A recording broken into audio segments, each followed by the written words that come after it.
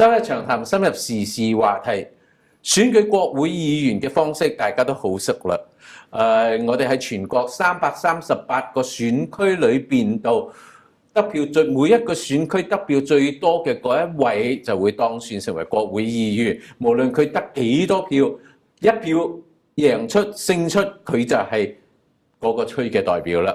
呢個方式我哋都好熟悉，亦都係我哋加拿大立國以嚟快150年都係用呢種方式嘅。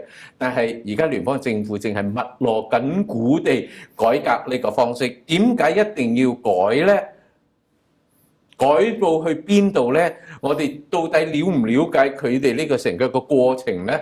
我哋今日為大家請到嘅係 UBC 大學民主政制研究所所長 Dr. Max Cameron 嚟同我哋講解下。為我哋了解下到底而家發生緊咩事。Dr. Cameron, thank you very much for coming.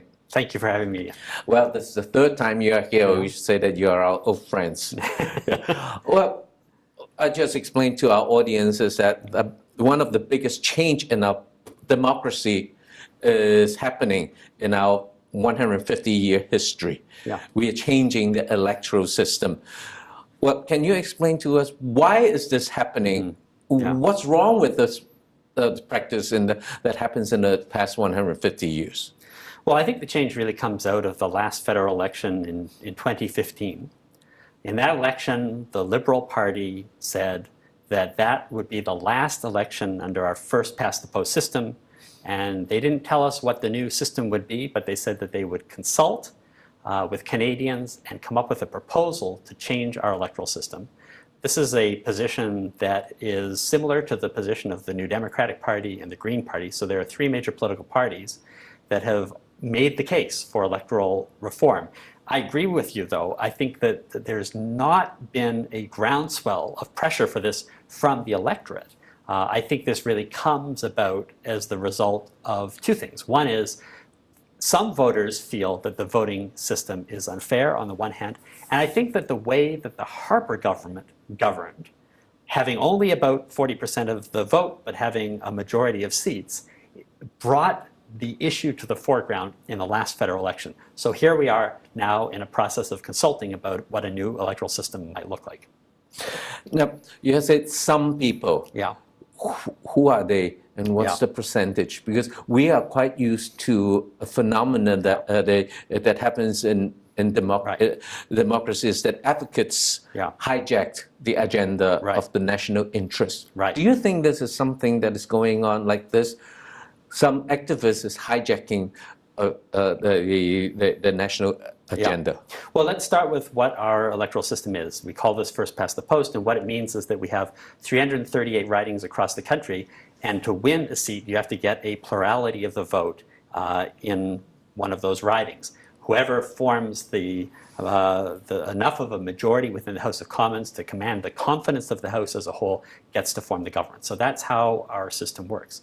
Now, one of the effects of that is you can win a majority of seats without necessarily having a majority of the popular vote. And that has been generally something that has benefited the Liberal Party. More than any other political party in Canada, the Liberals have enjoyed stronger majorities or more representation in the House of Commons than the other political parties.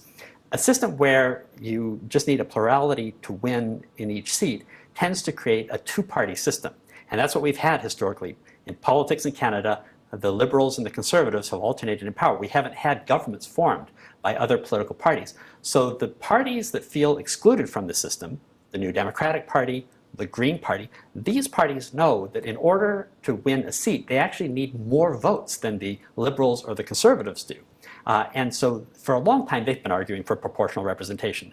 Now, because they don't form government, it's very hard for them to be in a position to bring about change. But in the last election, I think what the Liberal Party did was in an attempt to capitalize on frustration with the Harper government and to position the Liberal Party as a party of progressive change, the Liberals adopted into their platform the idea of electoral reform. And that's why we are where we are today.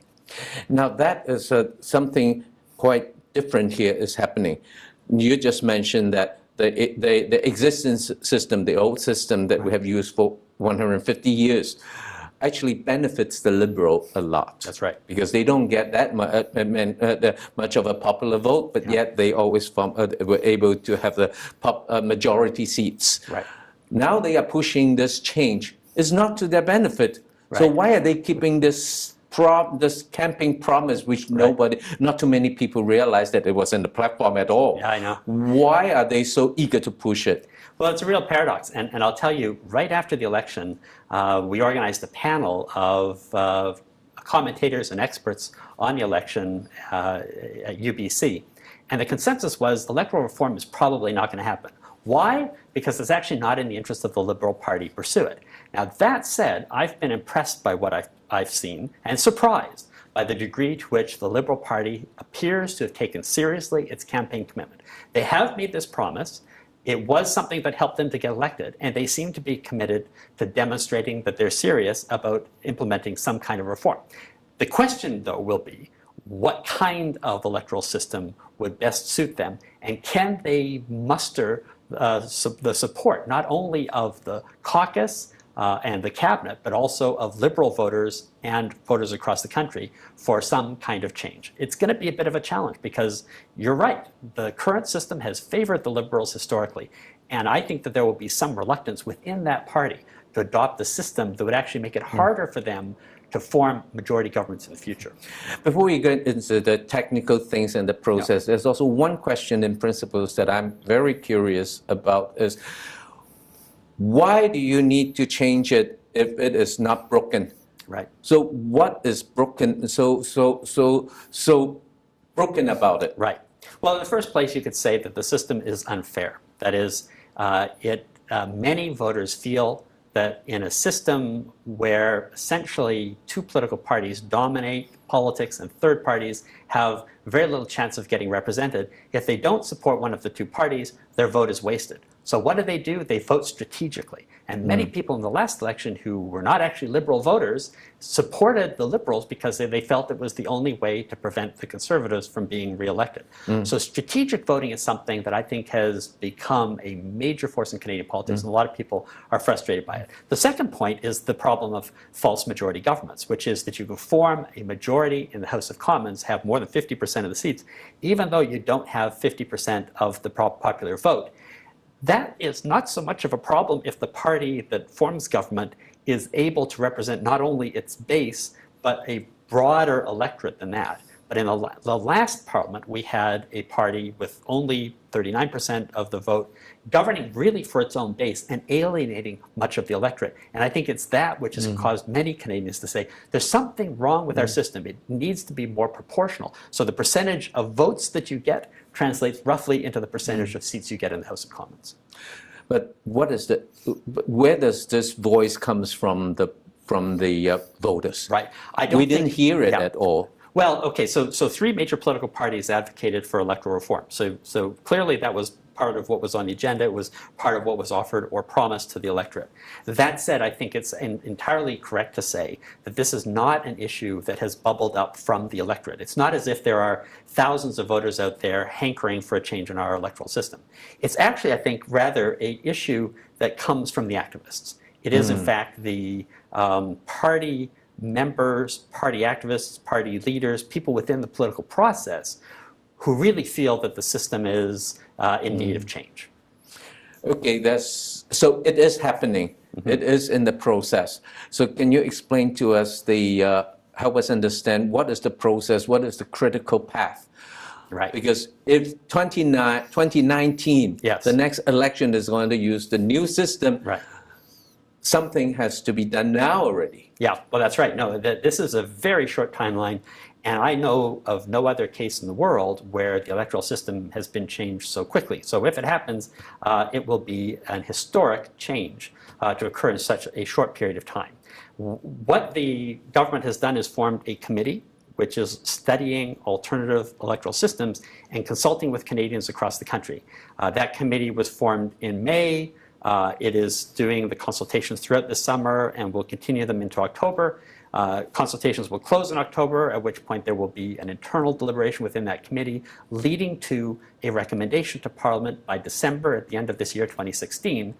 That then gives the Parliament a very short period of time, roughly to the end of that parliamentary sitting, which will be June of next year, to actually legislate the change. Legislating the change isn't the end of the story. They then have to implement it. And Elections Canada has indicated that any significant change to our electoral system that would actually require, for example, redrawing electoral boundaries is going to take 2 years to implement. So we would have to have that law in place by next June, after which we would have 2 years for Elections Canada to implement the legislation, and then we would go into the next federal election in 2019 with a new electoral system, if it happens. And of course, that's to say nothing about a referendum, right? That's a whole other kettle of fish. Just hearing you talk about these critical paths, I already felt that it is rushing and Yes. pushing and through it. But this is something that we're changing the history. We're changing the whole democracy, what it means to our country. Yeah. From a political scientist, as a professor, from the academic point of view, do you think it's practical? Do you think it is fair? Well, we know it can be done. So is it practical? I mean, in the sense is it possible? It's possible. There are the activists, the people who want change, are pushing very hard for this. They don't like the idea of any suggestion that this might not happen within the life of the current parliament. And the reason for that is because there has been talk of electoral reform for many years in Canada, and generally it doesn't get done. It doesn't get done for an obvious reason. The parties that benefit from the current system tend to be the ones in power, and they don't want to change it. But now we've got a government that wants change, and so people who believe the change is important, they sure want it to get done now. The reason why I was skeptical that this would happen back at the time of the last federal election was it's always been my belief that it would be most likely that this would occur if a coalition were formed, or at least some sort of agreement was made between the Liberal Party and the NDP and the Greens. That's not necessary because we have a majority government. So in principle, this government could go ahead and do it. But I think there's a deeper question that you're really asking, which is this legitimate? Is it fair? Is it the right thing to do? And I don't think I can give you an answer to that because we don't know what they're proposing. Once the parliamentary committee has come up with a proposal, if it's a brilliant proposal, if it really quite clearly improves on our current electoral system, if a lot of people look at this and say, yeah, I can get behind that, I can support that, if the parties can support it, and if the parties can get their activists to support it, and if public opinion can be persuaded, then I think it is legitimate. But I agree with you. This is a fundamental change, not to our Constitution, but it is a fundamental change to the way in which we elect our officials, so to the nature of our democracy, and it shouldn't be done without broad public support. Or public understanding of what we That's are right. doing. Yes. Well, let's take a break and we'll come back to what kind of a brilliant program they are going to, that you would suggest. Right. 我哋休息一陣，陣間翻嚟繼續再談下我哋嘅國會改革。